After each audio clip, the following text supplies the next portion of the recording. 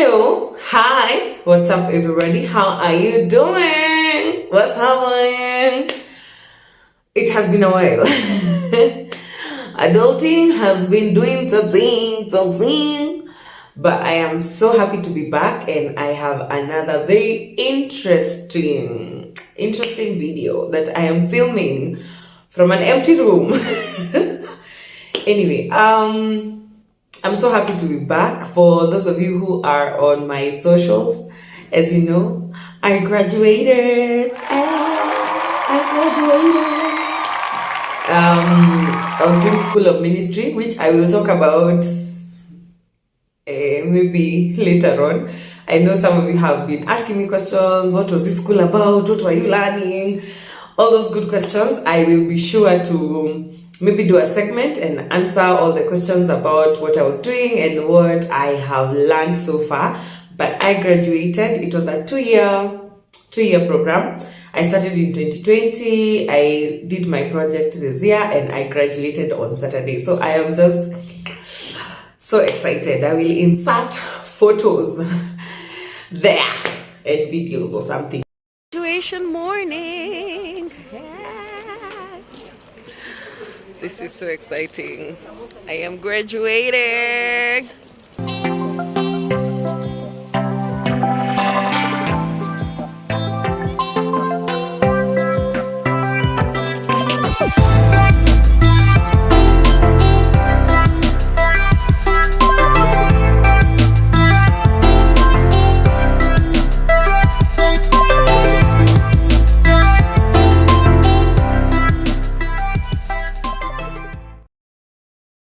Yeah, but I am happy to be back, and I'm so grateful to God for everything that He's done. Moving on to the topic of the day, quick, fast, very, very fast. So I think as an adult, one of the things that I have had conversations around most is this thing called Imposter Syndrome. You guys. I think as I have advanced in my career, that's when I've discovered it's something that actually happens. Yeah? So I decided, let me consult Google, because Google is our Kenya. And so I have a book. I have to write down points, you guys, to read what I'm going to say. So I read on Google what it means, like imposter syndrome. Imposter syndrome means a collection of feelings of inadequacy that persists despite evident success. Meaning, yes, you're doing well, but you constantly feel inadequate. You constantly feel like, I am not good enough. I can't do this. I can't do that. So that is what imposter syndrome is. And I believe everyone who's watching this at one point or another, or even currently, you have had those feelings of inadequacy in your career, in your relationships, in your business, in whatever it is that you're doing. You felt, hey, Mazi, maybe I'm not good enough. Maybe, and yet you're doing well, or other people can see your success. I don't know whether any of you has been in a position where people are seeing your success and you yourself can see it. That, my friend, is part of imposter syndrome, because you're feeling inadequate, but there's evident success. People can tell you you're doing well, but you're struggling. You're struggling to reconcile that in your brain.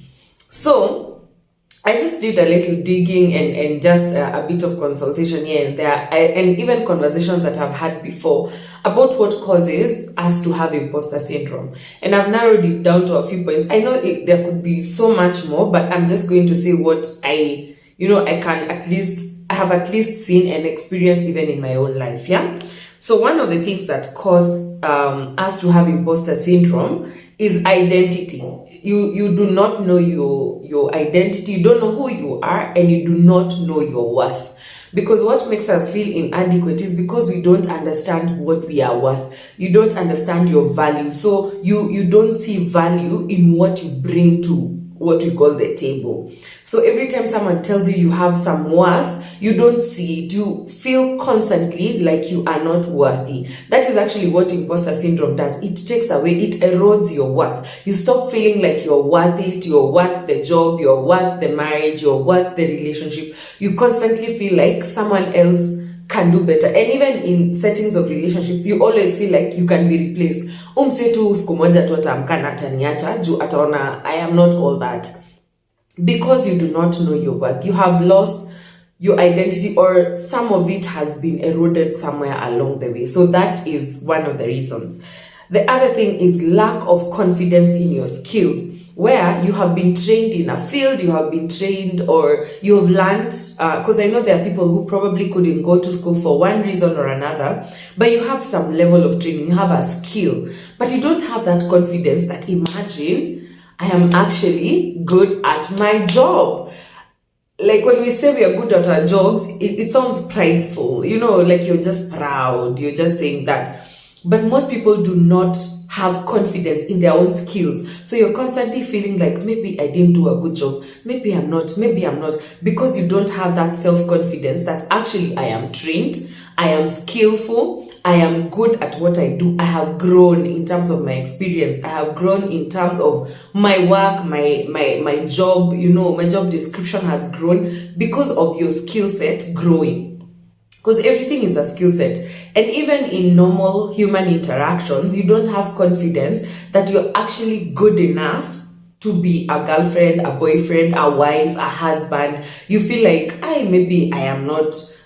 And that's why we keep saying, I am not ready. I don't think I'm ready to settle down. I don't think I'm ready to start a business. I don't think I'm ready for this, because you lack confidence in yourself. Like, and you have to get to the point where you're like, you know what? I can be this, I can be a business person, I can be this kind of person, I can be a manager, I can be an administrator, I can run a business, I can run a home, you know. So lack of confidence in our skills. The other thing which I have experienced myself is pressure to maintain your success.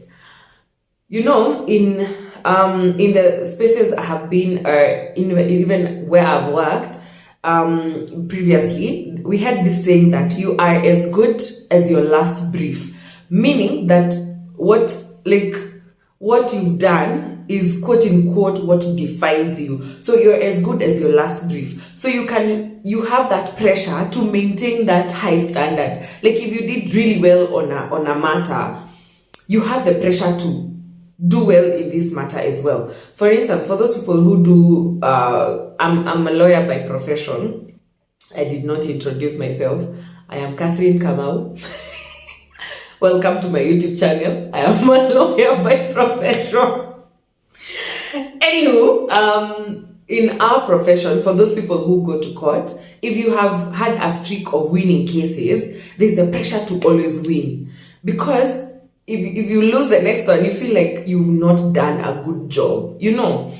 So the same for in terms of your performance. If you have wowed someone today, you feel the need to keep wowing and being brilliant and being excellent and being this and that.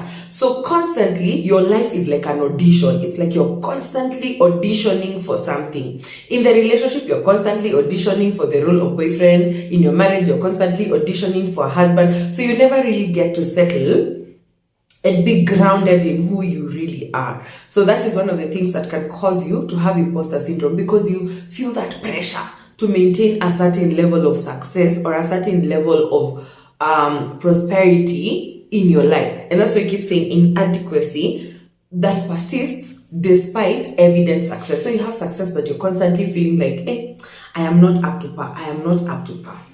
And my final point is past failure.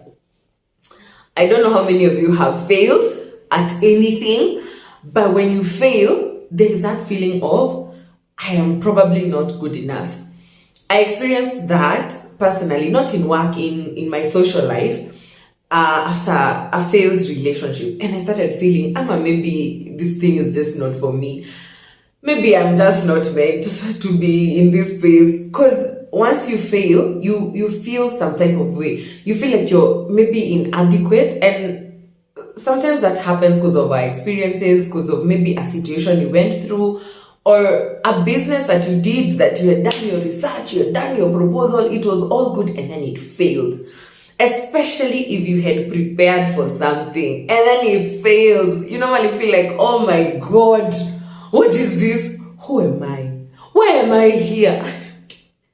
So, imposter syndrome can come as a result of past failures. When you have failed in the past, and especially in things that you were so confident in things that you knew were gonna work out. I think that's what happened to me. I was sure. I was like, yeah, this is it. I'm done searching. I am settling down. And then, things just happened. And then I'm like, maybe I'm not meant to just settle down or be in a relationship or whatever. The same can happen in your career. You fail completely in your business, or things happen, and then you start feeling, maybe I'm not meant for this. So those are some of the reasons that I have concluded or come across that make people have what we'd call imposter syndrome. So this channel, we talk about the issue and then we come up with the solutions. So how do we, in our adulting, because I know this is something that is affecting us a lot. How do we then try and get over or get past imposter syndrome? I can say now, I don't think I have as much, anxiety and feelings of inadequacy as I had before. Maybe some of them are still there and I'm working at them, but I can say for sure there are things I'm not afraid. Like right now, there are things I'm really confident about when it comes to who I am. So I'm no longer, I don't have imposter syndrome on some things. Maybe some I still do, but work in progress, guys. Work in progress. So one of the things that can help us to overcome our imposter syndrome, or what we'd call imposter syndrome, it's not ours, it's to know your worth, and that is by knowing your identity. And I know we need to do a segment on identity and how to define our identity, where who are we? What are we doing here? Why? So one of the things I have learned is to derive my identity from something that is bigger than material things. You should know that your worth or who you are is not what you have done or what you have accomplished. When you tell people, tell me about yourself, most people tell you what they do, the achievements they have done, not as a person, who they are, their personality, their ambitions, their goals, their dreams, the kind of person and character that they have. Rarely do we talk about that. And we need to start defining our worth and our identity based on the Word of God. What does the Word of God say about who we are? I know this is not a session about identity, but I can tell you for sure, when you just even type Bible verses on identity, you will find how the Bible defines us, from defining us as the head and not the tail, from being, more than conquerors, to defining us as a royal priesthood, a holy nation, people that are chosen and set apart for God. The Bible has all this juice, icona spice about who we are. The Bible has a complete definition of who I am and what God has called me to do. So it is important for us to start knowing our identity and knowing our worth outside of what the world defines to be identity, because the world will define identity as your success card, your success rate. But your identity should be something outside of that, because I always think about it as when all these things are stripped away, when your badges, your achievements, your accomplishments are stripped away, what shall remain? That is your identity. That is your worth. When you know, I am a caring, kind person. I am a hardworking person. I have goals. I am a visionary. I am goal-oriented. That even if your business was to crash, you will not lose that. You're still going to be kind. You're still going to be driven. You're still going to be ambitious, because that is who you are. If you know that you're called by God and you know you're appointed by God, for instance, those who are called into ministry, if you know that God has called you, even when all these things, when there's all this drama happening in the church and people are losing their faith, you will know, and I know that I am called. So identity and worth is something that goes outside our achievements and our failure, so that when you fail, you're not now feeling inadequate because you failed, because you already know you are adequate. You're already a glass full. even without your accomplishments. I don't know whether I'm making sense. If you're already, if this, let me use whatever. This is something. If this thing is already full in itself, this one is not. If this thing is already full, and I have, now this is you as a person, you need to be full. I have not filled it with water. I did not think I'd use it.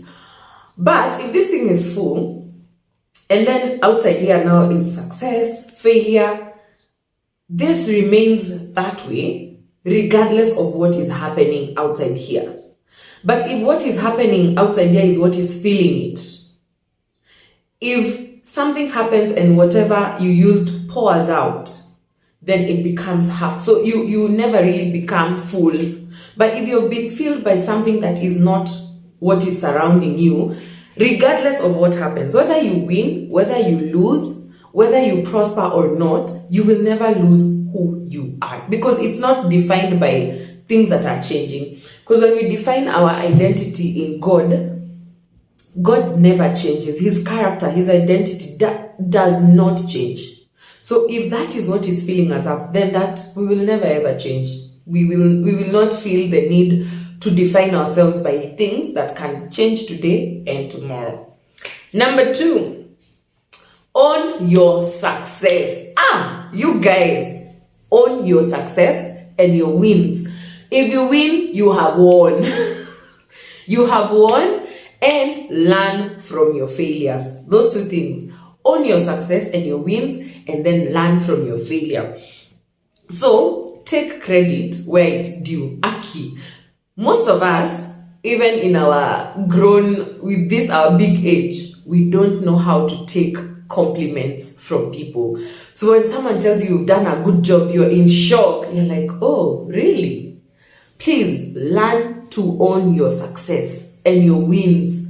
Learn to own them. Where you have done a good job, say, yes, we did a good job. That was a good run. And it's not at being proud, like, I am the best. No one can be like me. It's accepting that actually I have done a good job. I don't know whether you guys have these moments. There are sometimes I cook. And sometimes I cook and I'm like, baby girl, you have outdone yourself. Okay, it is important for you to identify when you have done a good job and own it, even if maybe other people might not. Because not all the time, even at work, you're not celebrated all the time, by the way. You will not always get celebrated. Even when you finish a project, you won't always be like, oh yeah, clap for her, she has finished. No. But learn to own your success. If you did, don't be afraid to take credit in a project that you worked on. I have seen this happening a lot, especially in the legal or even the corporate sector, where you work on a project and then you don't want to own it. You're just like, it's just, please own your work. If you have done a project and the project was well done, own it. Take credit when it's due, take it, and then when you fail, if you've done something and you failed, one, take responsibility that yes, I contributed to failure in this way, and then learn from it. I have found myself in so many situations, especially when I was growing now in my career. Okay, I'm still growing. I sound like I've been practicing for 17 years. But when early on, like in my first or second year of practice, I used to be so afraid of failing. Like I was like, oh my God. Now because of the syndrome, the imposter syndrome, like I would feel like, now because I have failed, now they will think I am a fraud. They will never give me another job. My friend, life, you learn. You take responsibility. First of all, you actually take, I learned, when you fail, take responsibility and fix it if it's fixable. If not, learn from it. Learn from it and make sure you don't repeat the same mistakes again, because now it's just a nonsense. So I learned, if I have failed anyway, you check and see how did I contribute to this failure? You take responsibility for it. If it's something that needs to be fixed, you fix it. And then you learn from it. So you plan better next time, you do better next time. And that has really helped me. So instead of sitting there and feeling, oh my God, I don't deserve this job, they're going to fire me, my friend. And then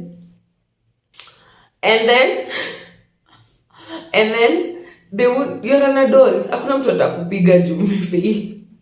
Well, unless you steal someone's money. Client funds. Lawyers, you know, client money, they will beat you. So, number 3, celebrate. It's tied to number 2. Celebrate the small wins in life. So celebrate yourself and always track your growth. I can assure you that where you were 3 years ago or 5 years ago is not where you are today. So take time to track that growth and celebrate it. Most of us do not know how to celebrate ourselves. We always want to be celebrated. We are always waiting for people to clap for us. Learn to clap for yourself. Learn to self-affirm yourself. Tell yourself you're actually doing a really good job. You have grown. You've done this. You've done that. And I experienced that a lot when I moved. If you are on my socials, I feel like I post everything. But I posted when I was moving early on in the year. And when I was moving, I had a moment of just sitting and thinking, oh my God, I have actually achieved all these things. This is my house. I have bought seats for myself. I have bought a TV. I have this. And it's not the one for flossing. It's sitting down and imagining 5 years ago, I could not afford to buy a sofa. I could not. I was not there. I had not reached that level of success. But now I have bought one. That's something to celebrate. It might not be like the brand for recliners and whatever. No, but I have bought a TV. I did not have a TV for the longest time. So it's celebrating those wins and celebrating yourself for doing something. People who, when you buy curtains, do you guys know the cost of curtains in this Nairobi? Celebrate yourself for buying curtains. People who live by themselves understand what I'm saying. Or a carpet.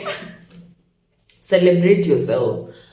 When you finish a project, celebrate yourself. It doesn't have to be, do you go to Dianis, do you go to what? You can even simply buy yourself KFC. Treat yourself. Go to KFC, Java, whatever. Go sit somewhere. Take yourself out. Even if you can't afford a trip to Dubai on a yacht. Anyway, so you can do something. Make yourself a really good meal. Sit in the tub. Book a staycation somewhere in this Nairobi. And just do something to celebrate yourself. Celebrate your wins. Celebrate your successes. After owning them, celebrate them. Yes? And my final point of the day. Own every room you walk into. Own every room that God actually has placed you into. Okay, not every room, because you can be walking into rooms that God has not placed you. But I always, if you come to my channel, you know, me, I'll always tie everything back to God. Everything has to go back to God. If God has placed you in a room, or God has given you a position, own it. Own it. I remember a couple of maybe weeks back, I was working on this really big project, and I remember telling my friends about it. And all my friends told me, God has placed you in that space. Do not be afraid to speak up. Don't be afraid to speak up, because God has placed you there for a reason. It's like being an Esther. Where you are right now is an Esther season for you. And I know maybe I'm speaking to gentlemen as well, but an Esther season is not gender sensitive.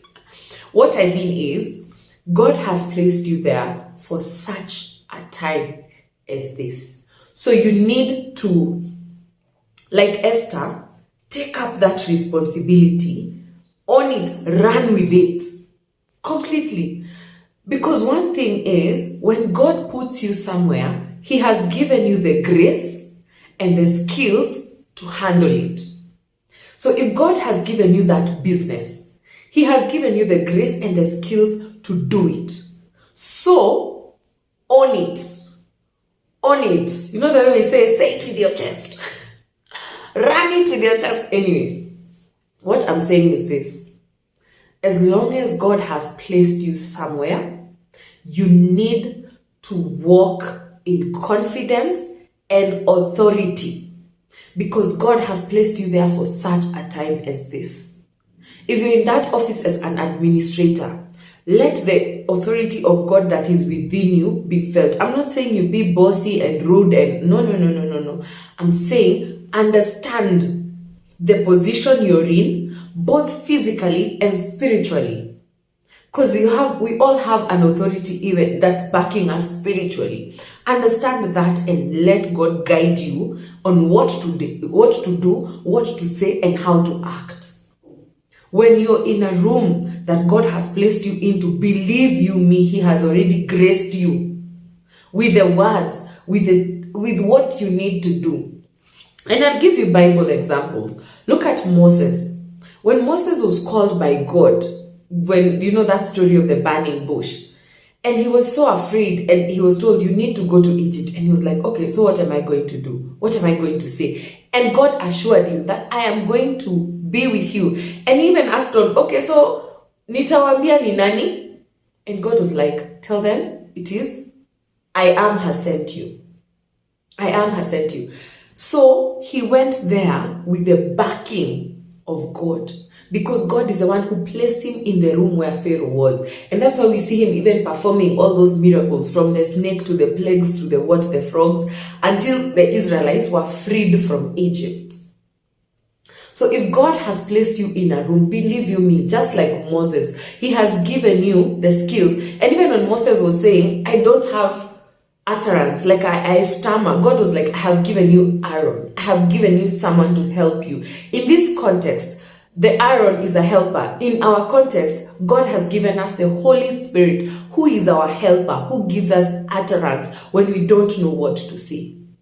So when you walk into the room, believe you me, the Holy Spirit that is inside of you has already prepared the words for you. When I go for meetings, when I go do projects, I always pray, and I'm like, God, go before me, set the atmosphere for me, give the people that I'm going to meet a receptive heart to hear what I'm going to say, to receive it and to receive it well, and may your favor cover me. May your favor cover me, that when I speak, they are not going to just see me, they are going to see something that is beyond me. And trust you me, the rooms that God has opened for me to walk into, sio rooms za rika yangu. They are rooms that I had no business walking into, but because of God gracing me and giving me favor, I have walked into spaces that I could never even imagine. So I am assuring you that if you are in a room, in that business that you have, that marriage that you're in, God has given you the grace and the skills to do it. You just need to consult the Holy Spirit on how to do it and how to own it and how to acknowledge that, yes, I am here because God has placed me here. I may not be here because of privilege or because I am better than anyone else, but I am here because God has seen it fit for me to be here. So as long as I am here, I am owning it. You guys, own it.